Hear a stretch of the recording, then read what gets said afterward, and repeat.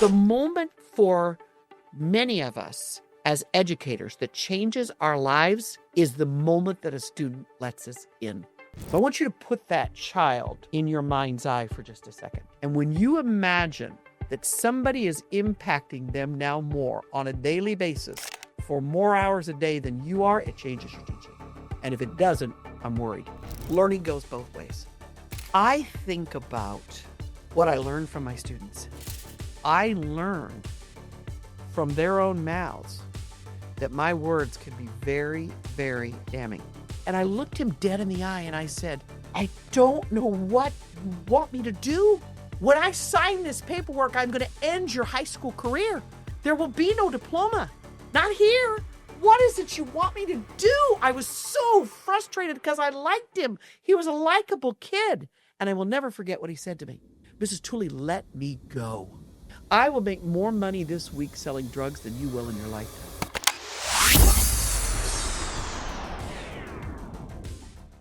Hi, everybody. Kathy Tooley. Thanks so much for joining us on our podcast as we continue our series, The Ripple Effect of a Teacher. Today, it's called The Moment That Changed Everything. And I want to share some moments that I think many of you as educators can relate to and can call back and be a part of. One of the biggest and most pivotal moments, I think, that happen for every teacher, and for those of you that are parents, I hope you really hear this, and it's the day that a student lets you in. It's huge. And it doesn't matter if it's that student who is constantly misbehaving and you're like, oh my goodness, what do I do? They won't be quiet, or they won't talk, or they won't participate, or I can't see them to do insert whatever. But it feels like we are like oil and water. We're just oil and water. And then all of a sudden there is this moment that they let you in. They explain to you, they help you understand, either in words or in actions, why they're doing what they're doing. Or it's, gosh, I can remember the quiet student that finally opens up. You know, they never say a word. You call on them and they give a response. They're appropriate. They do all the right things in the classroom, but it's I don't know, it's like a wall you can't get through. It's the moment that they open up the door and they let you in. Sometimes it's a little bitty crack that you can walk through, and sometimes they blow themselves wide open. Sometimes it's an academic victory. Sometimes they let you in because of an academic victory. I have shared at a podcast before about a geometry teacher I had, Mrs. Johnson, and I had her as a sophomore in high school. I was told over and over and over that I was, quote, not a good math student. I can remember hearing that from as young as, gosh, I don't think I ever remember not hearing it. I do remember early in primary grade, so probably K1, 2, someone saying to me, a teacher saying to me, math is clearly not your gift. And then I just, gathered evidence of that the rest of my life. But Mrs. Johnson changed that. It was an academic victory. The first time I got an A in my life in math. In geometry. For those of you that teach math, you know that is not math. That is some foreign language out there that math teachers teach. But I got an A. Now, it was just a quiz. I mean, I don't want to make it pretend that I, aced the class. I did not do that. But the only B's I ever got were in math. But it was an academic victory that I trusted Mrs. Johnson before that. But I opened up and let her right in. She could have told me that what I needed to do every day to learn geometry was to stand on one toe, and I'd have jumped every day and been there because I let her in. I trusted her. So the moment for many of us as educators that changes our lives is the moment that a student lets us in. A student let us in. Those of you that are parents know what that feeling's like. You know, that day that when they come home from school and you do the, how was school today? Fine. Did you learn anything? No. Do you have any homework? No. Right? Those are your typical responses, right? Those are your typical responses of, do you have any homework? No. Is there anything I need to do? No. Because they're not letting you in. They're not letting you in to what's happening at school. But the moment they let you in is when you ask what has been a routine question, and they begin to tell you a story of what happened. They're letting you in. They're opening that door a little bit to let you in. To let you in. So, little side bonus for all parents that are watching this. Activity that I heard of a parent doing, which I thought was so profound. By the time I learned it, my kids were grown. But I never let my kids sit around the table, and maybe because I was a teacher, but when I would ask them what happened at school today, they just knew better than to say nothing. Because listen to me, you did not get on the bus at 6:45 this morning and get off the bus at 3:45, and nothing happened. Nothing happened at all those hours. And so they knew they could either tell me or I was just going to keep re-asking the question. So they learned to come home, and sometimes they came home with a story, and then I would set them up. Tomorrow, I want you to tell me where you made a difference in somebody else's life. Tomorrow, I want us to be, because maybe we were talking about a bully at the dinner table, or, because they love to talk about other kids or teachers. So maybe we're talking about a teacher who isn't very nice. And so I would tell them, tomorrow, we're going to figure out a way to do something nice for that teacher. What can we do? What can we do? Because then it almost became this project. So the first moment that changes everything for an educator is when they let you in, kind of like parenting. The second one is when you realize that you are teaching more than your content. Well, you really begin to change who you are as a teacher when you have children and you send them off to school. Now, I know some of you may never have children or haven't had children, but if you've had nieces or nephews or grandchildren or family friends, children whom you've loved. So I want you to put that child in your mind's eye for just a second. And when you imagine that somebody is impacting them now more on a daily basis for more hours a day than you are, it changes your teaching. And if it doesn't, I'm worried. It changes your teaching because I'm not saying we don't get mad. Our kids don't still irritate us. But instead of saying things that could absolutely write on the slate of their soul, you say things like, I am not going to talk to you right now. I'm not going to answer that question right now because I cannot answer that in a way that gives you the love that you deserve. So I'm going to ask you to step back to your seat because I don't have it in me. It's like the time when my children were little. Oh, they'll die when they hear this on the podcast. But our daughter decided to take a pair of scissors, and she thought it would be fun to cut her brother's hair. Well, not just her hair, his hair.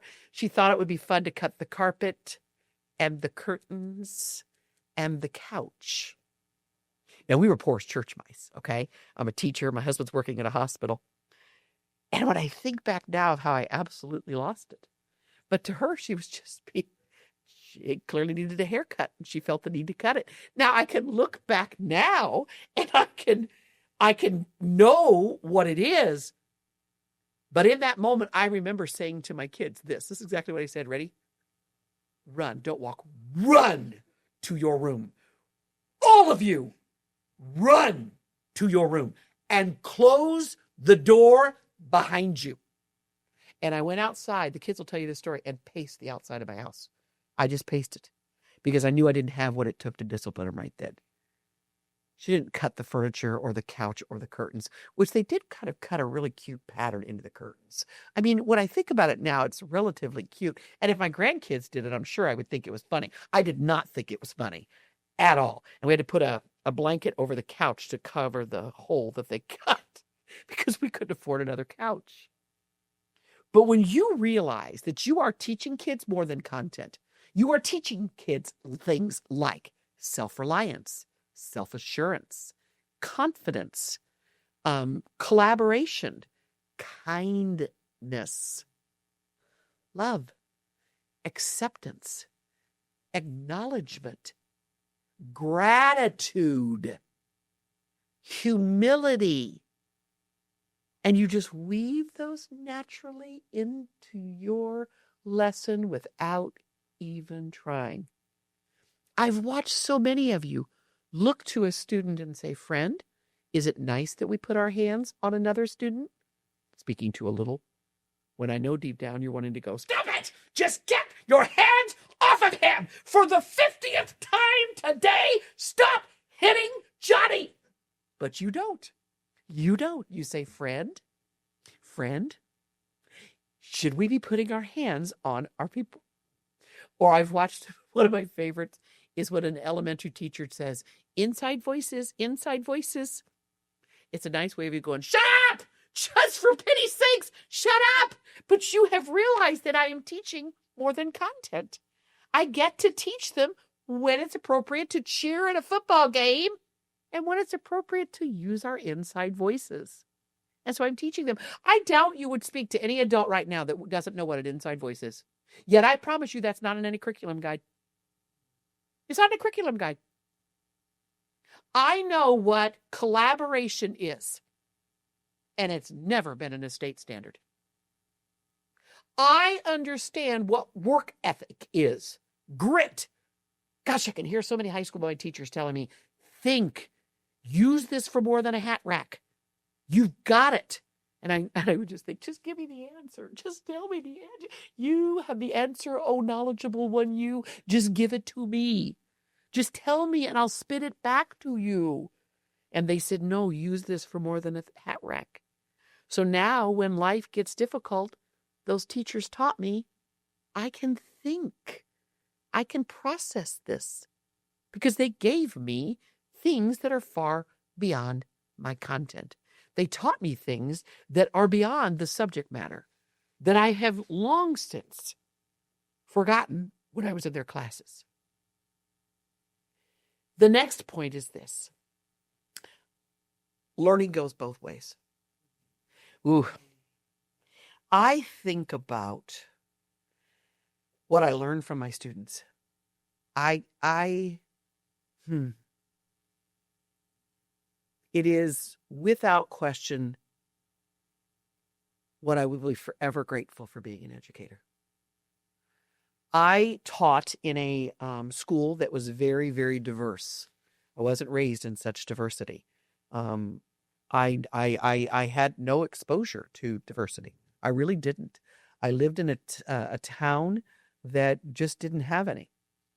But my school was very diverse. We had busing that was happening at that time.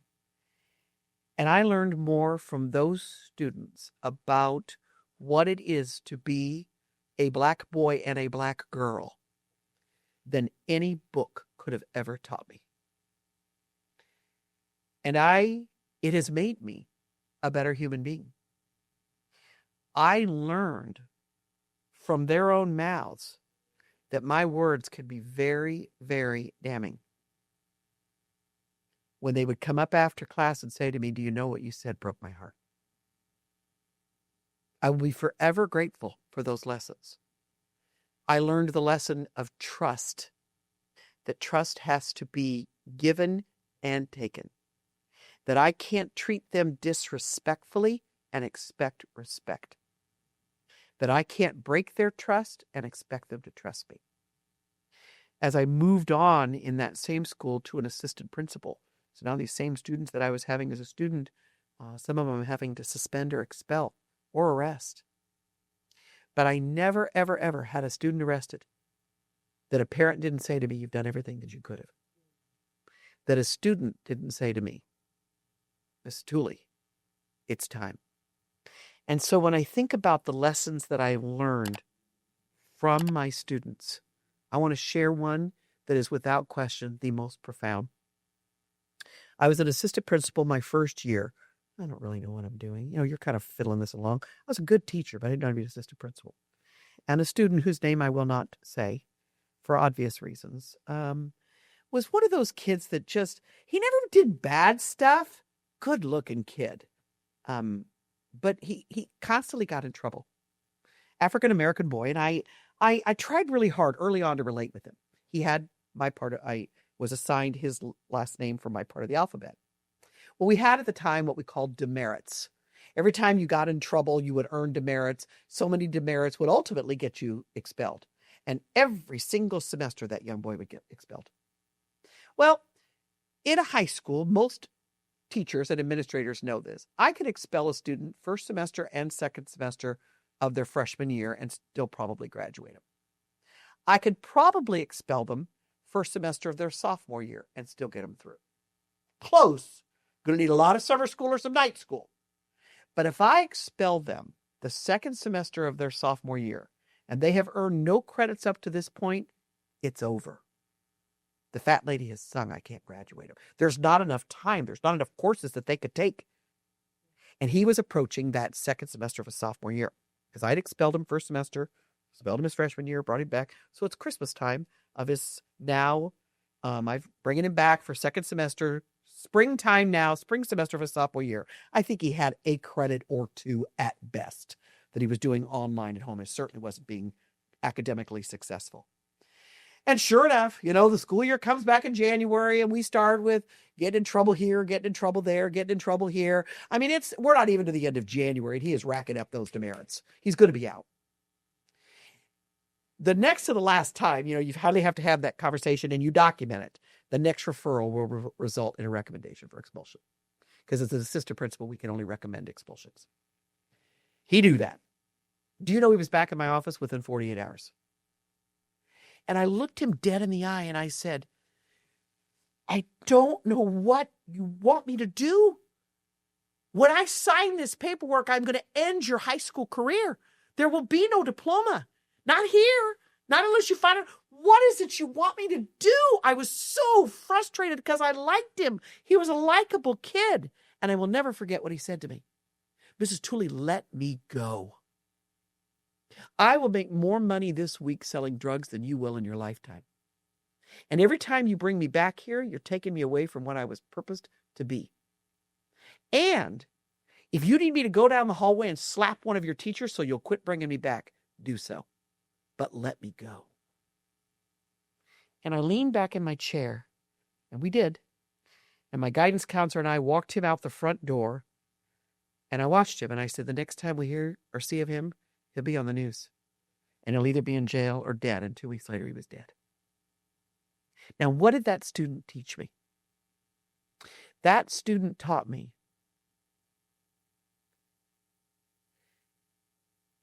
that I couldn't undo the 16 years of stories that young man had accumulated. I couldn't change the trajectory that he believed he had in his life.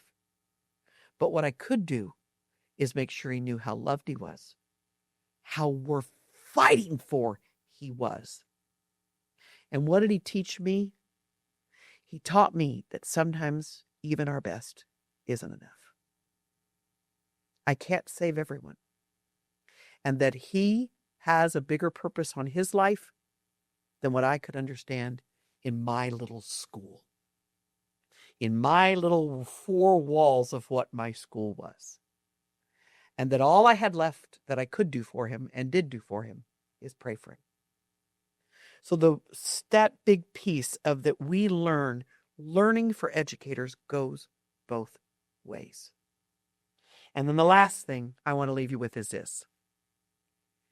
Truly, truly, truly, truly, the difference comes. The moments that really change everything is with you when you see in a student what they can't see in themselves. When I go back through that basket I have of letters that students have written, if a student says it once, they say it a million different ways. You saw in me what I didn't see in myself. That's because you're an adult and they're a child.